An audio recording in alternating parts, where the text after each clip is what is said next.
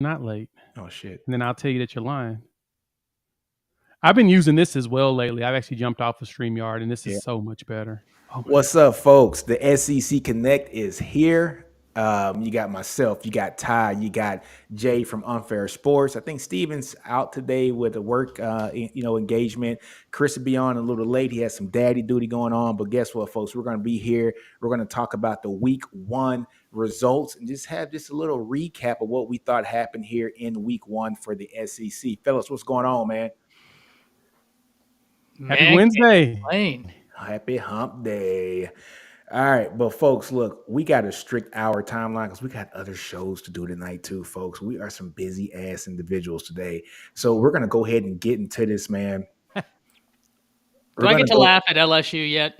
Not yet. We're gonna get there. We're gonna get there, Ty. All right, man. Let's take a look. I get to laugh at Florida first. Oh, yeah, Florida first. Florida versus Utah, man. Utah put the pause on Florida, man. 24-11. Utah was starting their backup quarterback, who so happened to be a walk-on. Graham Mertz looked like Graham Mertz. Fellas, Jay, I'm gonna start with you on this one, man. Man, what you thinking about Florida, man? Look, man, I got a buddy that's a FSU guy, and we chit-chatted and laughed about this game because Florida, Billy Napier is going to figure something out, man. He's going to get himself put in a situation where they're going to fire him because look at it this way. They had Anthony Richardson last year, and I think they had a pretty solid squad, but they finished what? What was their record last year? Wasn't very good. Was it 6 and 6? Now he went out and got Mertz. You know who they wish they had? A guy that's a quarterback down at Arizona State named Jaden Rashada. Ooh, I bet you they wish they had that dude playing right now because he balled out for them. Balled out. I bet you they're calling DJ Lagway right now saying, hey, man, can you go ahead and find a way to get all your credits by Saturday so that we can have you play this week? I'm just saying, Mertz looked awful. He did. Everything about Florida was bad in that game, and they let Utah beat them without Cam Rising. The future is bright for the Utes. Going into the Big 12, y'all are going to be fun to watch. Like I'm now eyeballing you all, especially when we get closer to the Holy War next year. We're here. Yeah, I'm with you. Florida's done. Florida, boy, they got a lot of stuff to fix. And I saw somewhere someone mentioned that Wisconsin admitted that they felt like they was using Mertz wrong. And I guess Florida's doing the same thing because it just don't look right. It just don't look right. Just tell me if I'm wrong, but it just didn't look right. Oh man. Ty, what about you, man? Oh, Ty, you muted. Oh, he's muted. He's muted. Ty. My word. It's been a long day. You feel like Florida right there. I feel like, look, I'm giving y'all an example of what not to do, which is exactly what Florida did, right? I'm just trying to spread it around. Stephen, thank you, by the way, as well. But Jay, you were kind enough to clip something from a show of mine on Florida. And it was one of my requirements to play offensive line for Billy Napier and the Florida Gators. Do you move like you have feet stuck in cement? If the answer is yes, go on ahead. Guys, it was tough to watch, like on every level. Because typically when we talk Utah, the story is the Utah Utes were so disciplined, they found a way to win the game. And I don't want to diminish from what Utah did. They were the same Kyle Whittingham coach team we've seen time and time again. By the way, 8 starters out. 8 their best 2 offensive players out. Their best defensive player out. Their best safety went down during the game. And they still made it look easy, right? The story isn't the disciplined Utah Utes. It's certainly part of it. The story is the undisciplined Florida Gators gave Utah every opportunity in the book. And you know what, Nino? You said Graham Mertz was Graham Mertz, but I got to be honest, man. Graham Mertz did everything he could have possibly done, right? Like the young man, he had no help. That running game that I've talked about, we've all heard so much about. I still like the running backs, but with no offensive line, what are they to do? They didn't get any separation at wide receiver. The offensive line may as well. It looked like the longest yard scene where they figure out that he's in with the the prison warden, and they just Yep. let the guys go. That's exactly what it looked like. Yeah. You would have thought Graham Mertz stole the original Book of Mormon or something, the way the Utes were coming. I mean, it was something to behold. Florida's in a lot of trouble. Look here, man. What got me about this Florida game, like you said, Graham Mertz didn't have a bad line. He had 300 and something yards or so passing. 333. Yeah, Dude, 333. they rushed for 13 yards. Now I know that accounts for the sack yardage too. Oh, which it'd I still hate be how- less than 50. Yeah. You know, I hate how college does that with the sack yardage, but still, Just give him 30 yards. That's 33 yards. yeah, man. 21 rushes for 13 yards. Really? That is not what we're used to seeing here in Florida, man. Well, maybe Florida of late we are used to seeing that, but dude, it's sad to see, and to see Billy Napier not be who we thought he was going to be once he came up, man. It just shows there's a difference when you're coming from Group of Five up to the Power Five. The way that you have to recruit, the way that you have to build your staff. Texas kind of realized that with a guy like Tom Herman. You know, like, yes, he was on staffs at Power Fives, but he had his own as a Group of Five. And when you have the open checkbook to go build the staff that you need to build, you better do it, because this might be the only shot you got for a long time. I was surprised, man. I thought they're going to be a little bit more competitive than that. But he won double-digit games at Louisiana, which ain't easy to do. Like, I know. even as a group, 11-3, 10-1, 12-1. Like, Yeah. And then, I mean, he worked at Alabama as an analyst and wide receiver coach for years. Arizona Fantastic State, wide receiver coach. Clemson, exactly. I mean, I remember those receivers from 13 to 16. Yeah. Like, he knows what he's doing, but it's just amazing that it just hasn't translated here. And I know, granted, he has a really good class this year, especially, like I said, led by DJ Lackway, the number 3 class on 3. Overall, they've got a top 5 potential class coming through with the 22 commits they have, but once all these big fish start to fall, I mean, I don't know where they're going to end up ranking, but they still have a lot of players coming. The question is can they keep Billy Napier there? I hope Florida gives him one more year. Granted, they are in the SEC, so I can tell it's going to be a lot more work to really try to bring them back to prominence and also clean up things in the organization itself. Yeah. But man, that was just a poor executed game plan in general. Next week we got to see what they got to look like. Yeah, Surfer Boy, Napier seat is in inferno right now. I can't disagree. I can't disagree. I either. can't, because here's the thing, guys. We saw Brent Venables come to Oklahoma and start the rebuild, right? Cool. Yep. We saw Coach Prime go to Colorado and start the rebuild. I can give you so many examples. Dan Lanning didn't have to do a major rebuild when he inherited Oregon. He had some pieces, but even then, they hit the transfer portal, got some. Napier is doing the rebuild in year 2. That's sad. So if you're doing the rebuild in year 2, at what point is the bright line, right? At what point do these boosters need to wait to start reaping the benefits of their investment? Is it 4 years? Is it?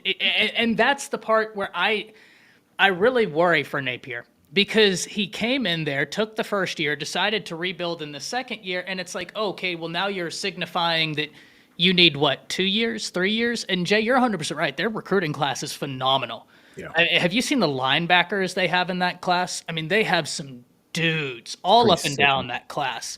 See, this But is how what long? James right here, right? No, and you're right, Ty. And James pointed out the one thing that's getting me. You have like 100 people on your staff.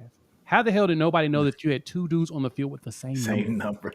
Like, That's how did you not know this? That's something that you have an analyst on the side that pays attention. That's the little bit of attention to detail that you have to be successful at the Power 5 level. You've got to be meticulous with that. And to me, Ty, I think, and I mean, Nick, as you mentioned it as well, they're starting the rebuild in year 2. And I think the rebuild is starting in year 2 because the pieces that you would traditionally have at year 2, an Anthony Richardson left. He went top 5 in the draft because he had all the physical attributes to be a dominant quarterback or potential NFL quarterback, and they just didn't use it right. The offensive line play like they're in cement. So there's so many things that he has to clean up.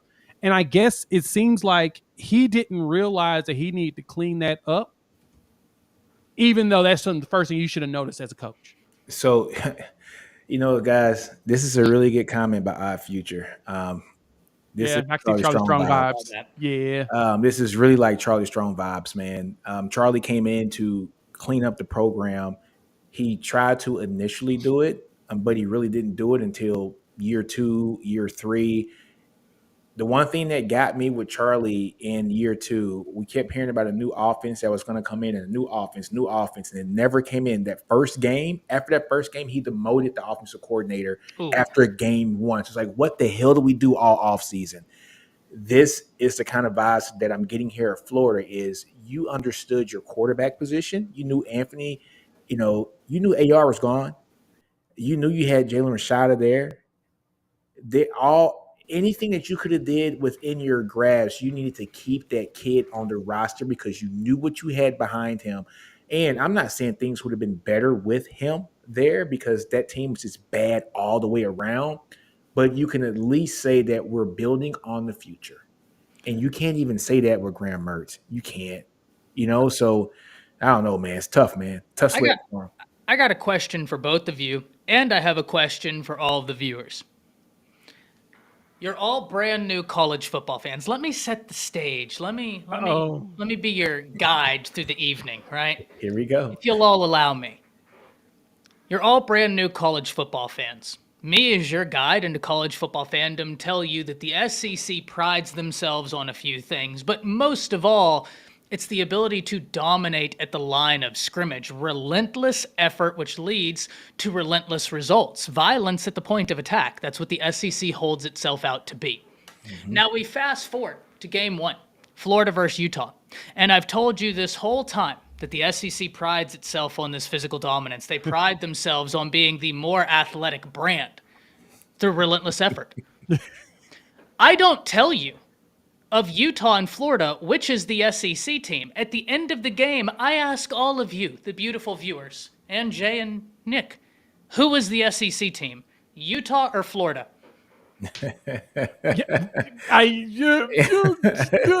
One of them looked like something the other one didn't look like. So it is what it is.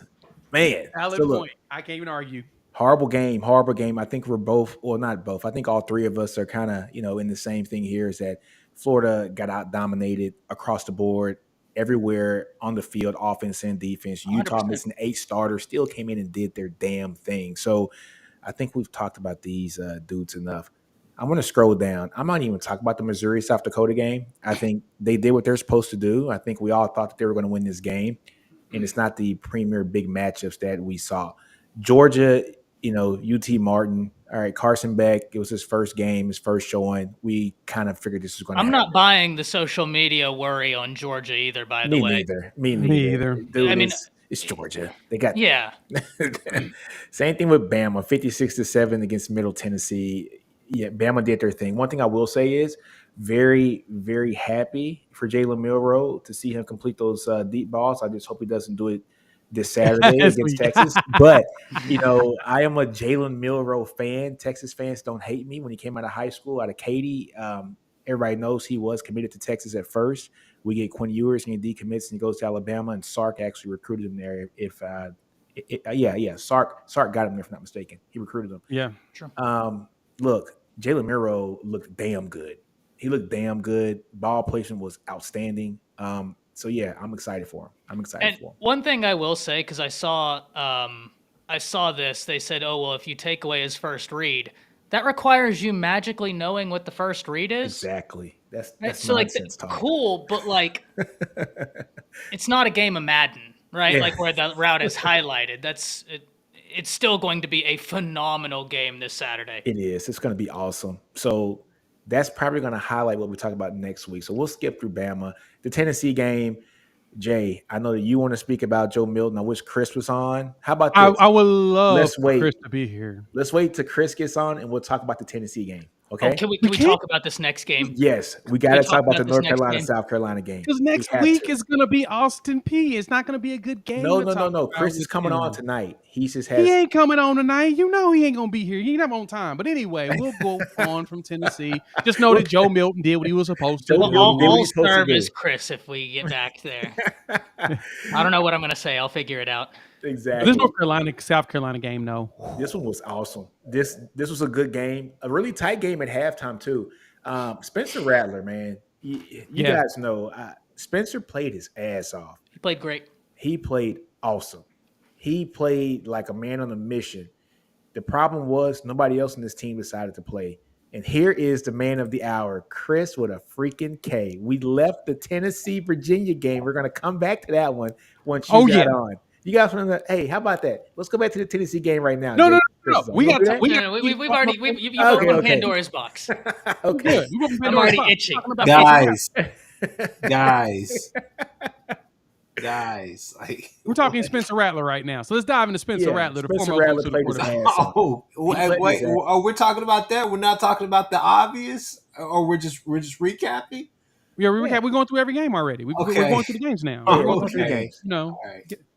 So yeah, we're talking about this one. But and Nick, as you mentioned in this game, Spencer went out there and did what he could do. He did as much as he possibly could, and that team wasn't there to help him. That's what it looked like. Like everybody else on the team was just like, nah, I think we good. I'm not sure if we actually want to play in this game. And it looked like it. And Drake May went out there and oh boy, he wants that Heisman, and Mac Brown wants it for him too. Did y'all see whenever South Carolina would be doing some stuff trying to confuse him with the linebackers, like when they'd show pressure and bring it, he was just so calm and he'd just dink it to the tight end right in the middle where the linebackers just left. And I was just like, man, this is fun stuff. He was surgical. He was great. He was surgical. Those turnovers were not so well, but yeah. That was one thing I wanted to talk about. Yeah. My biggest takeaway from the game is simply the offensive coordinator for South Carolina. South Carolina lost a lot, and it seems like they didn't gain a lot. So they lost a lot. But my biggest takeaway from the game is how the hell do you sit in a press box and call plays and not see that your offensive line is incapable of protecting probably obviously to me your best player on your team. I just don't get it. You have to do something in that game. That's what I was scared for coming into the season with Rattler, was the fact that Rattler would go out there. Granted, he didn't throw any touchdowns. He didn't throw any interceptions. Mm-hmm. Rattler can put up phenomenal numbers. I still will say it, and I still stand by it. I will die on this hill. I think he has the most talented arm in the nation. But at the same time, that can only get you so far when you don't have an offensive line. As you've seen, if you want to talk about the whole, let's call it the Riley effect, right? Right now, it's on display right now because of Clemson. But if you go back to his struggles with Lincoln Riley, if you really dive deep into it, is because Lincoln Riley's offensive lines regressed an awful lot, especially after Smitty left. Jay, hopefully you'll back me up on that point. So with that being said, you add that in with Spencer Rattler, who's a dynamic passer, but it's not a dynamic athlete like you had with Kyler or Jalen Hurts, or even just a willing rush runner like you had in Baker. It spells for disaster because he doesn't have that escape artist feature to him on Madden, right? He doesn't have that. He's a pocket quarterback. Let's just be real. But yeah, Spencer Rattler doesn't have any help. The offensive line is going to be hard. The run game, all the rest of that. They have some questions. They have some serious holes. Will they be competitive with a lot of teams? Yes. Will they be bowl eligible? I believe so, but it's going to take some work to get that, because this is more than just a patchwork job. This is every day we have to figure out schematically how we're going to keep him upright, because 9 sacks in one game that's ridiculous. One thing I do want to bring up. North Carolina, and last thing I'll say, North Carolina's defense is not 9 sack good. It's just not. It's 9 sacks in a season, yeah. 9 sacks in one game, they're not that good.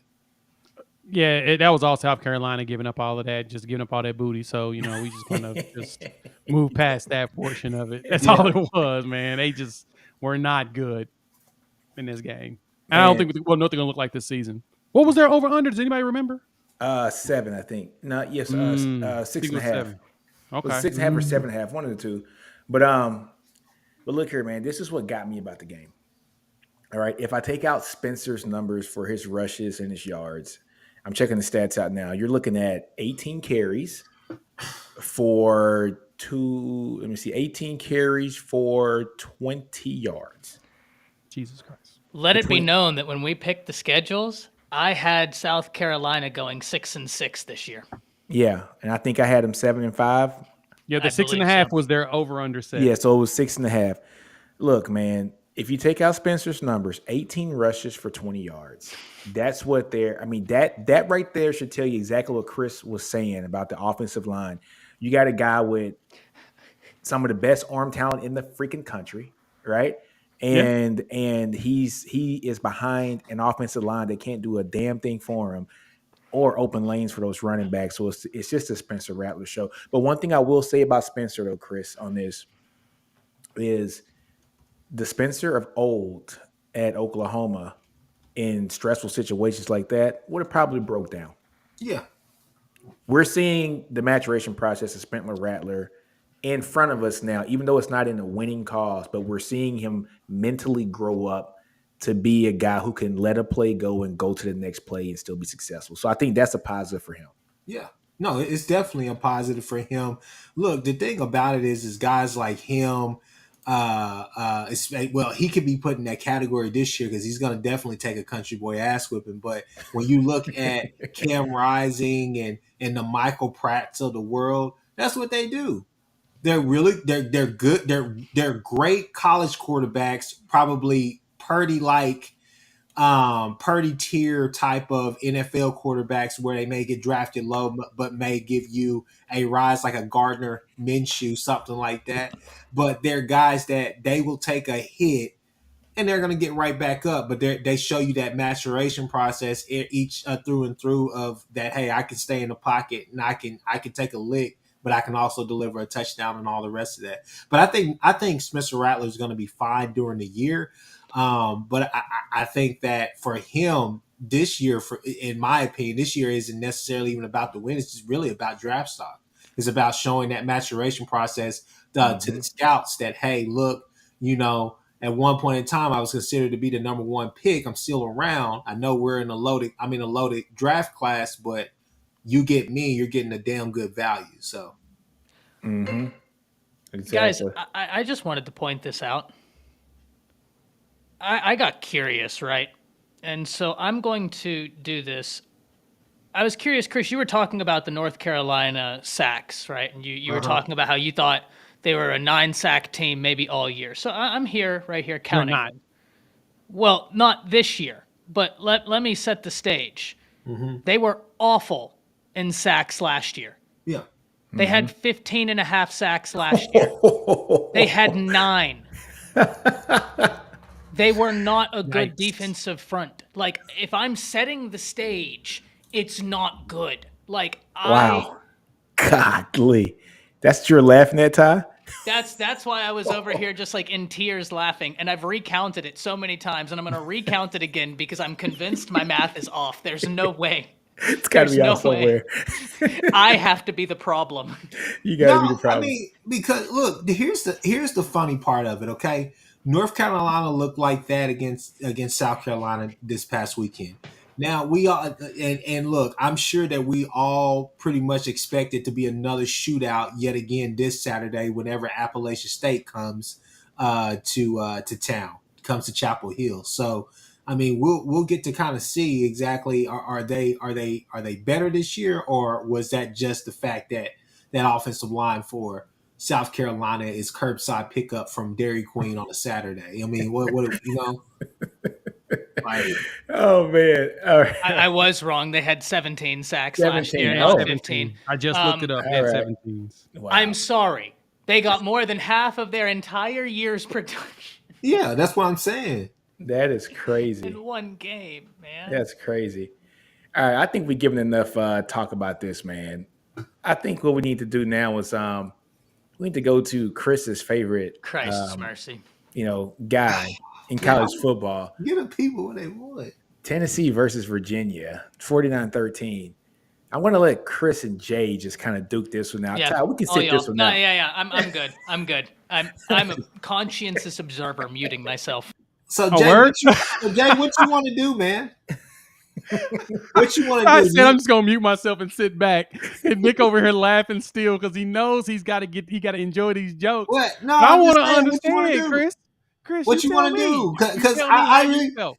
How I you don't felt want about to Joe talk Milton. about this trash. I don't. Wow, that's what we're Because doing here. and you know what?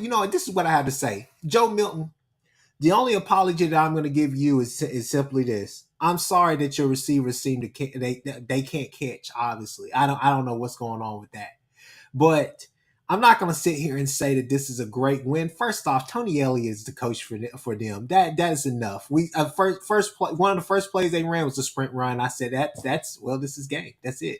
Second thing I would say is shout out to Virginia for actually showing up, playing this game, and with everything that's going on off the field. The fact that Tennessee fans want to sit here and gloat, it's just trash. Like it was a mediocre performance all around. It was okay. It was fine. I saw the deep throws, all the rest of that stuff. You saw the accuracy. You saw how it was hitting it right in the hand, as it was like right there on point. It was mid at You best. saw how beautifully touched. It was mid at best. It was mid. So- It was mid. Okay. Hey, Jay, one thing I will say, okay, because I know Chris, he's going to say, well, if he was the man so long, what took him so long?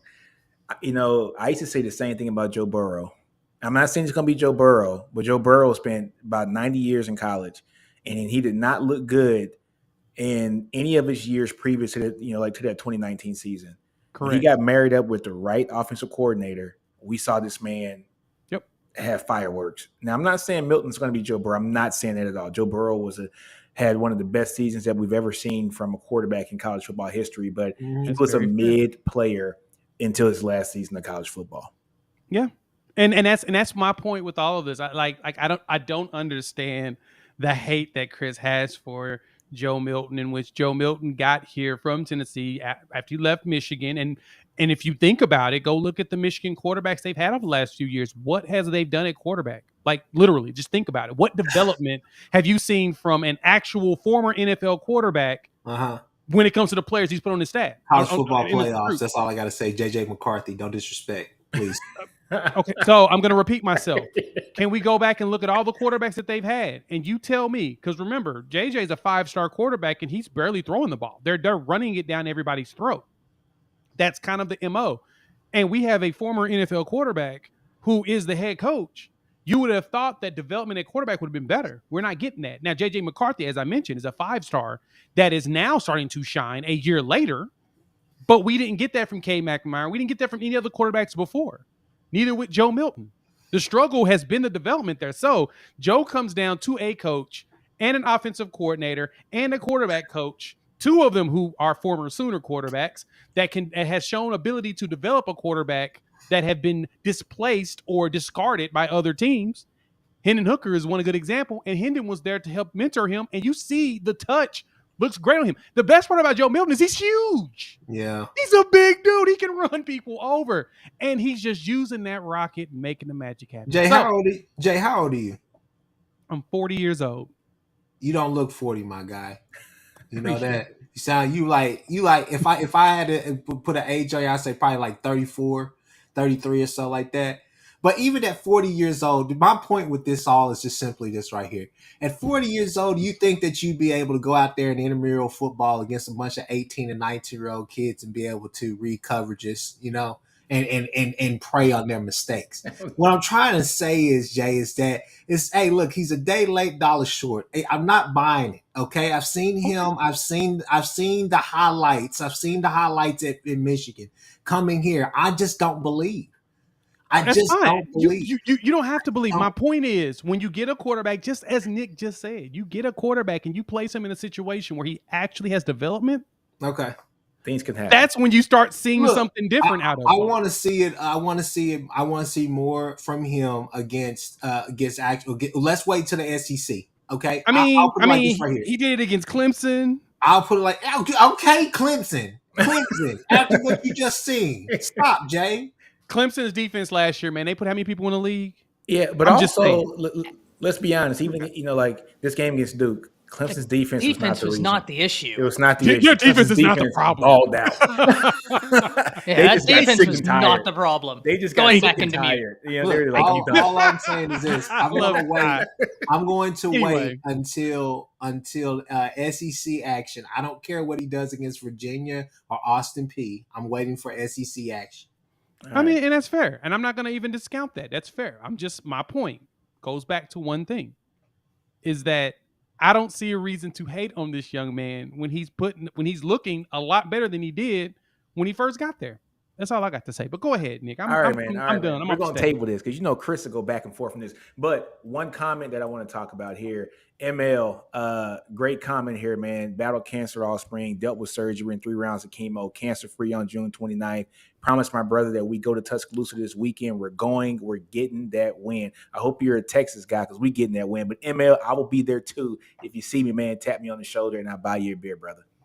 What you going for? Huh? That's awesome, man. What you going for? Oh, I'm going to the game. I said, what you going for? I'm going for the dub. What you talking about? All right. I'm going Nick. for the dub, like in the, All right, Nick. hey, man, like in the Cotton Bowl last year. I went for that dub, too. Fine. 49 All right, bro. Nick. Okay, Nick. Hey, man, you keep opening it up, Chris. You got to stop opening up that door, man. No. We talking about this year. All right, here we go, guys. All right, I'm not going to talk about Mercer and Ole Miss. I don't even know Why how they would play you do Mercer. that to yourself? Well, I mean, Alabama plays Mercer every year, too. That's I the gimme game. I know. It is what it is. Texas A&M and New Mexico. Yeah, they're just warming them up for us. Yeah, it's the traditional SEC warm-up game. You just Come on now. We got Hey. Texas don't play. Y'all got it next year too. Hey, Yeah, y'all got I guess so. We're gonna Get, We get all got acquainted with Mercer. Hey, Yeah. Texas A&M. I will say this right here.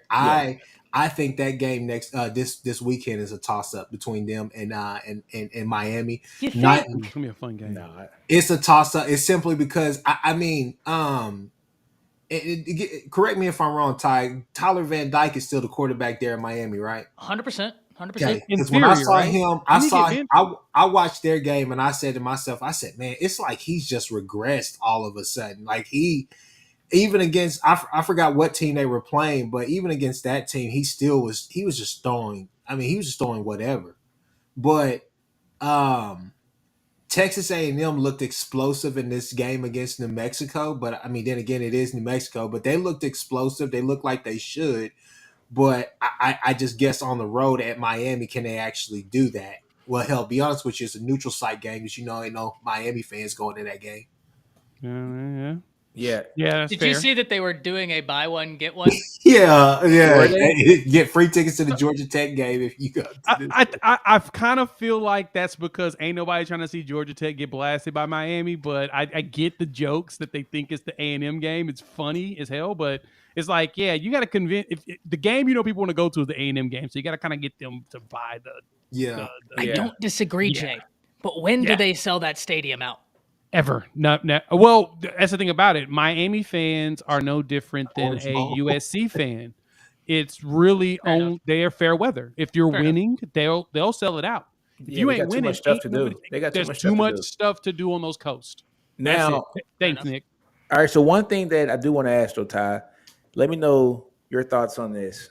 Once you saw that game, who do you think had control of that offense? Ooh, that's a good question. I don't actually know yet. I didn't watch this game fully through. I actually just caught highlights of it. But I am encouraged by Weichman, right? Like the fact that he looks more sure of himself. And I think I'm encouraged by that because I am so high on their wide receiver core. But I didn't watch. I wanted to talk about this game so much because that was on my rewatch for today, but I got tied up rewatching both Texas's game and Bama's game before this morning. I wanted to hear y'all's analysis on this because I just saw a brief portion of this game as it was on the 4 screen. So not enough to where I feel good enough calling who is calling the plays. Go ahead. I mean, Jay, I feel like I'm just. No, go ahead. Oh, I was just gonna say I felt like it was Petrino from some of the highlights, and then when I watched a little bit of the game because I had to get back to this case I was working on. But when I was looking at that today, I was just skimming across it. I was like, man, it looks like Petrino because Wyman he's just letting it loose. That's Yeah. not a Yeah. Petrino. I mean, in my opinion, that's not a Some Jimbo. Jimbo. It wasn't a Jimbo. It just didn't feel like a Jimbo game. It didn't feel concise and precise and them just trying to work here, work there. It felt like, yeah, hey, let's try to be explosive. We got some athletes. Let's get it to them. And so I just saw some. It just seemed different. And then some of the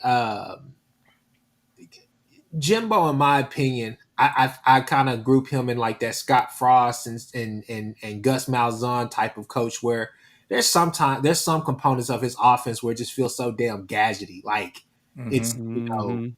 this guy you got it's just a lot. It's a lot of different working parts that have to work at the right time for the plays to happen. And I didn't see that. I didn't get that feel. I just saw Weidman just he read the defense and he just made quick reads and he made the right decisions with the football, and I felt like this feels like a Petrino offense. See, I Honest- didn't see enough to say who was calling the plays. I saw enough to think that they're going to beat Miami. Yeah, I do too. It felt like for me that it was like watching Lamar Jackson without the running. Yeah. He's in the pocket. He was throwing the ball. He was pointing it. So it felt like a Petrino setup. It felt like he was there. Boom, boom, boom, boom. Make your reads and go. It didn't feel like Chris mentioned exactly that there's a lot of moving parts with what Jimbo Fisher has done in the past or whoever his offensive coordinator was. It did feel like he was more of a pro style offense. So kind of give it to Petrino on this one. Yeah, I actually liked it, man. Yeah, it has to be Bobby Petrino. So just going back and looking at the stats here, they haven't scored 52 points in the game in over 3 years. I Exactly. think, so you just think Yeah, last that year, answers the question. yeah, so they played Sam Houston State last year and UMass last year, and it was 23-0 against UMass, I think, and 30-3 or something like that against Sam Houston State.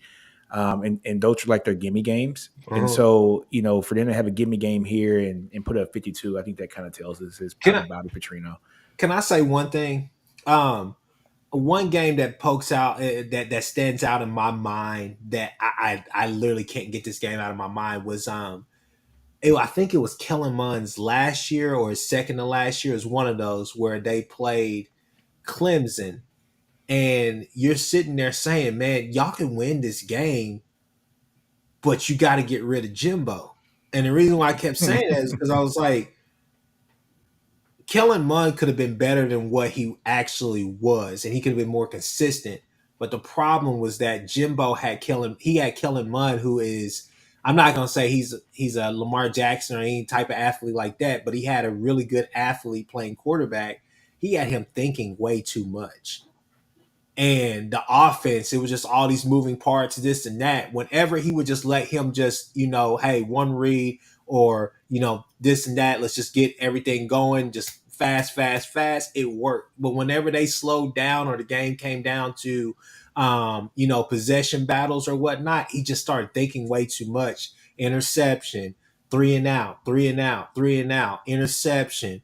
Score a touchdown, get within striking distance, but then here we go back again doing the same thing. So, that's kind of what I have seen as far as being like a Jimbo Fisher offense / downfall. And that's the game that sticks out in my mind. And when I compare that game as the litmus test to this one, I'm just like, nah, that was Petrino all the way. Yep, exactly. All right. I think we spent enough on A&M and New Mexico. Yeah. We got Kentucky and Ball State. You guys want to talk about them? Yeah. I was impressed with Larry, but I think that pretty much covers it. Yeah. Same here. It's Ball State. Arkansas and Western Carolina. Nah, I mean, I like KJ. He looked good. But, I mean, it's Western Carolina. Right? Now, do we have any injury update on Rocket Sanders? I'm not sure. Ooh, I haven't seen anything. That's unfortunate. Yeah, man. Incredibly. Let's see, Rocket Sanders. He's unknown right now for week 2. Unknown. Damn. Yeah. Latest status 9 minutes ago, he's out. Damn. And it's against Kent, right? Little bit of swell at Kent State. Yeah, it's Kent State. And they don't have Sean Lewis. Right. Yeah, Jinx, you owe me a soda. Yeah, right. Definitely. We knew exactly. Yeah, no Sean Lewis. That's going to be a completely different setup, but looks like he has a little bit of swelling on his knee, and so he's going to be out. This is what the last article I've seen from 9 minutes ago. All right, Auburn, Massachusetts. Okay, they look good. Hugh Freeze, his Hmm. offense. Chris's favorite quarterback. Thorne's over there playing. That's He's putting Chris's up favorite points. team. That boy Yeah. He's is a like he's a bum. South Carolina and Auburn fan. It's crazy. That boy is a bum. Tell me, Ty, I put it in your chat the other day on I saw you. yeah, I saw said, you. hey man, why did Robbie look better? Why did Robbie Ashford look better than Peyton out there, man? All that matters is that he trots out Peyton Thorne when they play Alabama. That's all that matters to me. Trot out Peyton Thorne. Go ahead. Go on ahead. Trot him out there. You got ulterior motives here for Ty. All right, Mississippi State and Southeast Louisiana. Yeah, as expected. I was happy for Mississippi State to get that 100%. win, though. Very happy for 100%. him after the, Same. So yeah, man. After the Pirates gone, And Vandy, baby, 2-0. Vandy's 2-0. Alabama A&M, kind of highway robbery there. All right. Of course, Hey, they pay for the wins.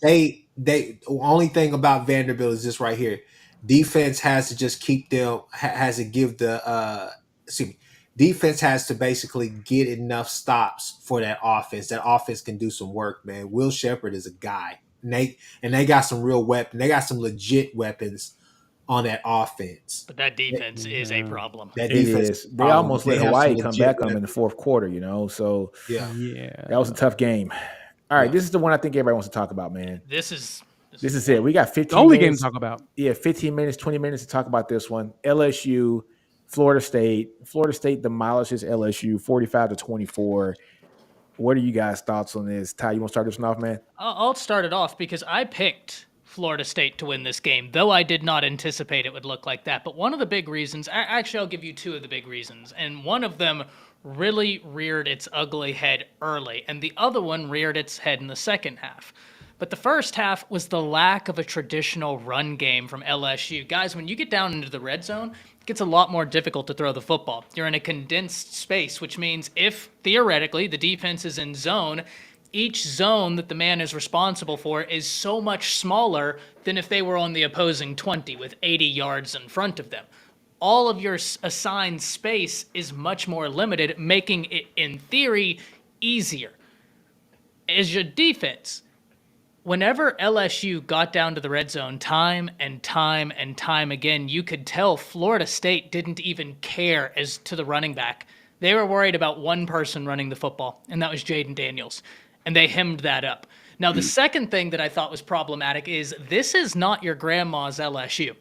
When I mean that is the DBU moniker that they had earned, I don't think that's going to be this group, guys. I'm not saying they're going to be bad, but that's not going to be the DBU, right? Mm-hmm. Whenever Nebraska's defense handed back in the black shirts, they weren't an awful defense, but they weren't the black shirt defense.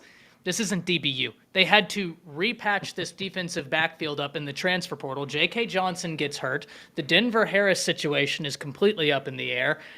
They need help in that defensive backfield, and they played a team in Florida State who, guys, how is Keon Coleman not called by every college in America?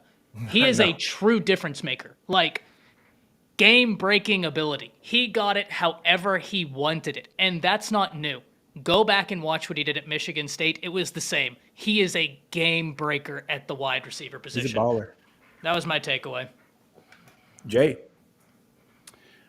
I, like Ty, had Florida State winning this game. I also have Florida State being a playoff contender this year. They're one of the 4 teams I picked to make the playoffs this year because, yeah, Florida State's really good. And just the fact that they brought back so many players on the defensive side, you get Jared Verse, and I've said this ad nauseum. Hey, we said this on Ty's stream yesterday. Mm-hmm. You get a top 10 draft pick potential to come back and play again, to go right back and be a top 10 draft potential. You obviously doing something right, or you're paying him a lot of money to convince him to help you win a national championship because Mike Norvell, or he's got naked pictures of him in something and to hold him hostage there for one more year. I don't know what it is, but getting Jared Verse to stay and then Braden Fisk out of the portal from Wyoming, I mean, that defensive line is just absurd. And I always thought that Jordan Travis was a little bit better than Jaden Daniels. And because of that, I felt like Florida State was going to win it. Now, Florida State's run game was always my concern, but they didn't look bad in this game when it came to that. That probably shocked me more than anything. Their run game wasn't as bad as I expected it to be. And so yeah, this was a good statement game for Florida State for them to remind everybody, no, guys, we're here and we're coming. And, kind of like Coach Prime, they coming. We just can't, you can't argue it. Now Trey Benson, he had like 47 yards in that game. So run game was okay, but Jordan Travis, man, he's gonna put his name in the Heisman hat. So keep your eyes open for him making it to New York.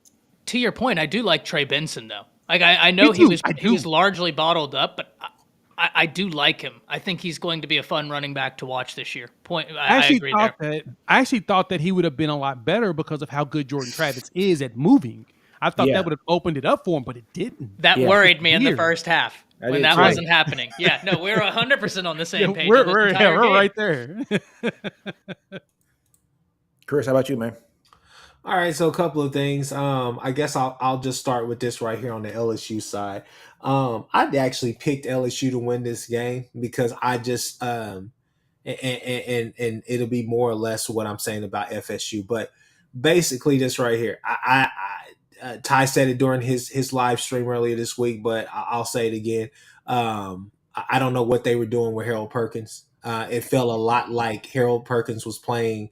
It felt like I was watching Nick Bonito play against Nebraska. Instead of letting him, get busy and do what he's supposed to do, he's out there just basically, playing right. He's a spy. Why would you use him as a spy? Let him headhunt. I'm not a fan of, and I know that some colleges, some places have to do it, but we watched Will Anderson last year be a victim of it. And what I mean by that is you want to scheme him all over the field. It makes no sense. Let him go and do what has basically got him in his draft stock all the way up. Let him go and hunt for heads. Stop trying to scheme and stop trying to be cute and put him all over the field. Let him go do what's going to help you. Because the thing is that the reason why I picked LSU was simply this. As great as people are calling Florida State, and they have the best win in the nation right now, the problem I have with Florida State is that they still fall into the same traps that they had last year. I watched them do it against us an awful lot last year whenever we played them. But it's simply this. Jordan Travis, most of their big plays, I'm just going to be real with you. I know Keon Coleman had 3 touchdowns. Most of their big plays are off of broken plays. Jordan Travis is just extending the plays with his legs and keeping it alive. Hits Johnny Wilson over for a 20-yard gain over the middle. Hits Keon Coleman over the middle for a 10-yard gain that turns into a 15, 20-yard gain. It's the same thing. So why wouldn't you let Harold Perkins just go and hunt him instead of just spying? Let him get after him from the get-go and put real pressure on him because you were not getting any pressure except for Wingo. And that's another thing that I would say. Wingo, I am sorry. The defensive line failed you. I know you did not have Mason Smith, but God, you were in the backfield an awful lot, but nobody could get home. But the biggest thing is, I would just say is that, I thought LSU would be better than what they were. But again, I feel like it supports my point that I've made time and time again as to Ty. I don't know why. Just claim it. Y'all are the best team in the SEC right now, in my opinion. Better than Georgia, definitely better than LSU. And the reason why I say that, especially with LSU, is simply this. It took LSU and Tennessee the game of their lives last year to beat Alabama. Let's not act like they beat them by 10, 15 points and we're talking about their coming of the age, this and that. LSU caught lightning in a bottle last year, and it's going to show. I like Jayden Daniels, but I still am not a big believer in Jayden Daniels. LSU has some serious problems that they're going to have to get over, and I think it's simply the fact that they could be stuck in that.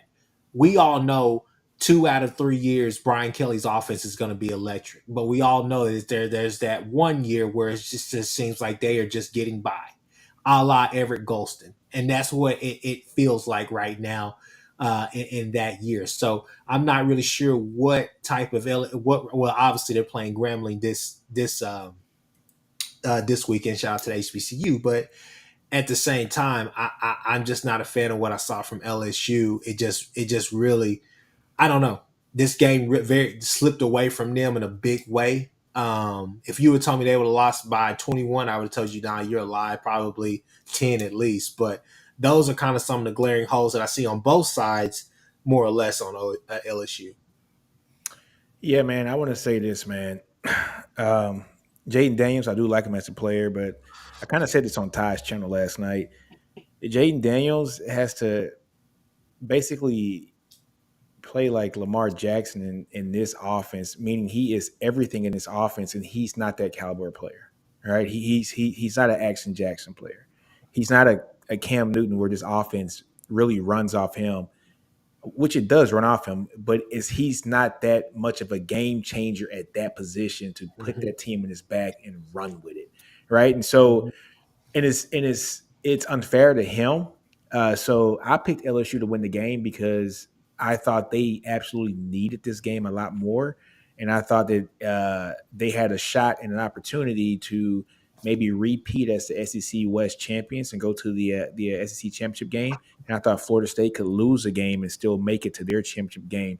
Florida State winning this game pretty much solidifies to me that they're going to run the table in that conference this year. They don't play North Carolina. They got Clemson. They'll beat Clemson. They got Duke. I think those are their two games. The rest of them looks like a very favorable schedule.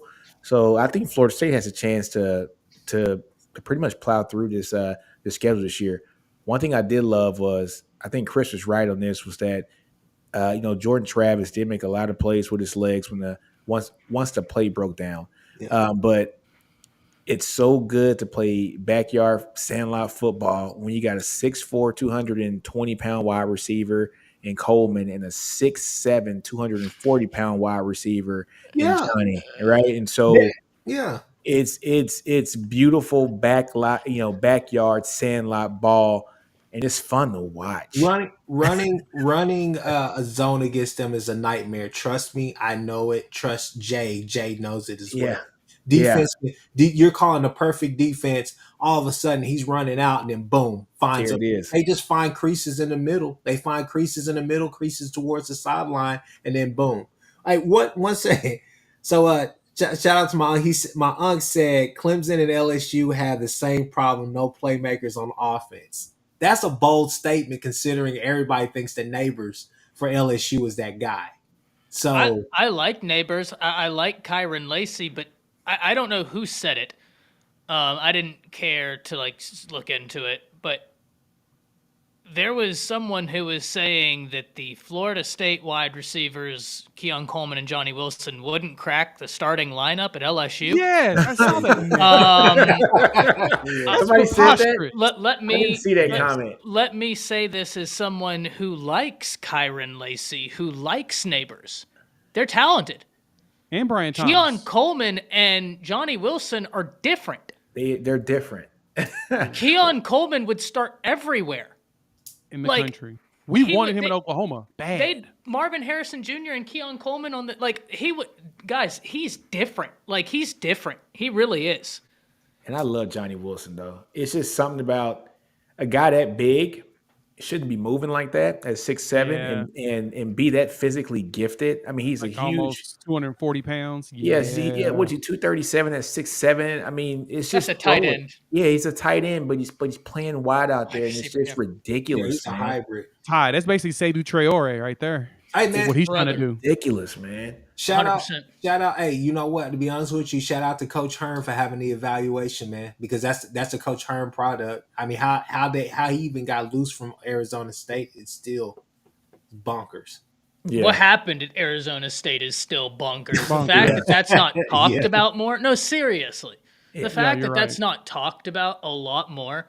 The fact that his staff led a coup against him behind the scenes, they are so lucky that they went out and found someone like Dillingham, who, yes, they took a chance on a young guy, but somebody that at least made good hires in Samples and Brian Carrington for them to try and pick up some pieces, because I was really worried about Arizona State coming off of that. I thought they were about to just, bad. But they look, but they rebounded well. They rebounded really well. But yeah, man, I was very I was kind of perplexed by this game. I thought it was going to be closer. I thought LSU was going to win it, but look at it, was what it was, man. Florida State has a clear path to going undefeated and winning this conference. And honestly, I don't see them really getting tested until they get to the championship game. And I think that's going to be against North Carolina. If I could just say one thing, not SEC related. What the NCAA is doing to Tez Walker is shameful. I don't know how many people are privy to that. He enters the transfer portal January 9th. They make a new rule January 11th. If you've transferred twice, you have to sit a year. They will not allow him to be grandfathered in because their reasoning is, oh, well, at a closed door meeting 4 months ago, we decided this rule, but we didn't let anybody know. Yep. Oh, that's BS. Oh, and to add it in, you want to know why he transferred the first time? What's Because that? COVID took his season away from him. The team he Oh had my committed to, God. they weren't playing because of COVID. So he transferred to be able to play football. He transferred to Kent State, transferred away from Kent State when the entire coaching staff left to go to Colorado. They have given him their blessing, and it's the NCAA that's denied him after he entered his name into the portal before their new rule, and they're denying him the opportunity to play football. It's sickening. That's crazy, man. That's I'm crazy, sorry. man. Every time I get an opportunity to say something about that, that is sickening. I don't care what conference you're a part of. Bull crap. I agree. NCAA is so damn lazy. They always don't want to do anything. And now the time when laziness would be conducive to their success, now they want to do something. I don't get it. That's crazy, man. They don't do anything. Look at the stuff in basketball, man, up in North Carolina with everything that went on there that they just let happen and they didn't give a damn. It's crazy, man. Let the kid play. Let the man, sometimes sports is all these kids have sometimes, man. Like this is kind of all they have. It's a lot of the times, a lot of these young men, all they have is the game that they play. And if you take that away from them, I would hate to see if some of these guys got to go back to the environments that they came from. You would not want to see what they would have to be exposed to and what they might have to do to survive. The NCAA got to get this shit together. It is what it is. I mean, look, we sound like a broken record. Yeah, because NCAA got a lot of stuff to get together, man. it's crazy, man. It's sad that this is the not even remotely the first time we've broached this subject as a group. Yeah, The empire, man. It is. All right, folks. That was the last game. It's 8:00. I know Ty, you got a show to do, right? No, I'm actually free for the evening. I got a lot of preview and prediction videos to release tomorrow. Can we devote just 10 to 15 more minutes if we can? Because look, I can't let it. No, Look, they got shows to do. oh, Yeah. I can give you 5 minutes, Chris. I can give you yeah, just 5 give more. me 5 minutes. Give me 5 minutes. First off, JD Piquel, I love your stuff. I love your content. You're a clown. Do not do that. OU upset alert against Easy. SMU. Don't be too hard on my boy. It's gonna be a fun game. I'm sure that there's gonna be a lot that we learn about what we need to work on or whatever the case may be. But I think we're gonna be fine. But I don't have y'all on upset alert, but easy on my guy. yeah, okay.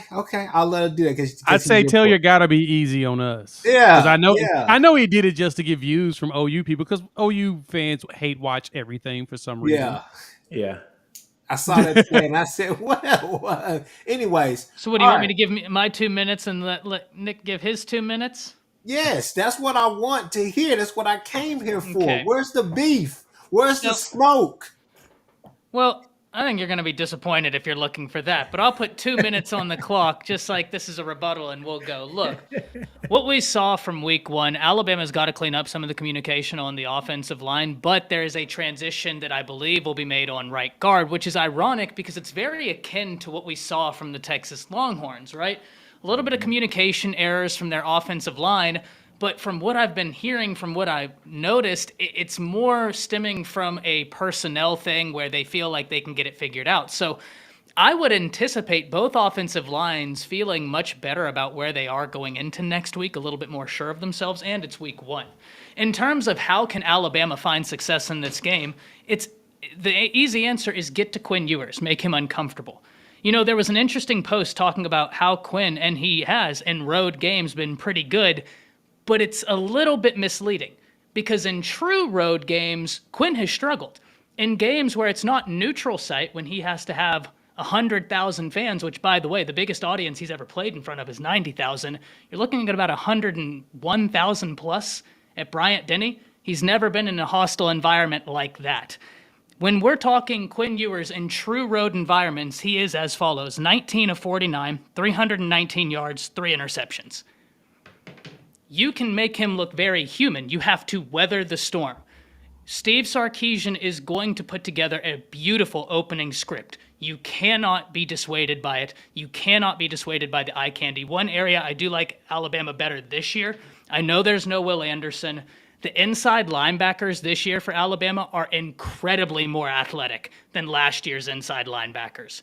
Henry To'oTo'o, Jalen Moody, love them both, but they do not possess the athleticism of Deontay Lawson, and I think that was very obvious during the course of the game. I don't think this is going to be a blowout either way. This is going to be a tough game. Their defensive line versus our defensive line, vice versa. Who wins? I have Bama by 7-10. That's my 10 minutes. All right, so my 2 minutes, and me and Ty kind of talked about this already for the past couple days, is this game is going to come down to whose defensive line is going to abuse the other team's offensive line the most. If you watch the Bama game this week, Bama's offensive line had a little bit of weaknesses that I was kind of surprised at, and it kind of makes sense why I think Bama was putting a lot of, tweets out there about how big their offensive line is. It's almost like an intimidation factor. When I saw it on the field, I was like, oh wow, it's not what I thought it would be, and I think that the Texas defensive line can give them a lot of push, just like last year. You can laugh all you want, Chris, but last year, Texas's defensive line held Alabama's line in check and held that rushing game in check too. Now, the interior offensive line here for Texas is getting shuffled up here this week. That's what everything's coming out now. But Bama's strength right now too is their defensive line too as well. So it's a matter of whose defensive line is going to impose their will on the other team's offensive line. It's going to be very interesting. That's where the game is going to be won. I think the Alabama DBs and the Texas wide receivers is a wash. I think the Alabama wide receivers and the Texas DBs is a wash. It's going to come down to the offensive line play, and I want to see what Jalen Milroe is going to do if Texas can contain him and make him a true passer. I think the game's going to be a lot closer than what people are going to give it to. Last year, we had the same thing. We had the same questions. Texas didn't look that great in the first game. Quinn threw a pick on his second pass of his first game ever, and we're going to get watched by Bama. It was a 2019 game down to the second. I got Quinn doing this thing this game. I got faith and sorry. If it doesn't happen, then I got something to say next week. You can kill me next week, Chris. I got 24-20 Texas in Bryant-Denny. It is what it is. Nick, you better hope y'all win. hey, like they said on Tombstone, all right, we got to go. I got to go, Chris. I got another show to record.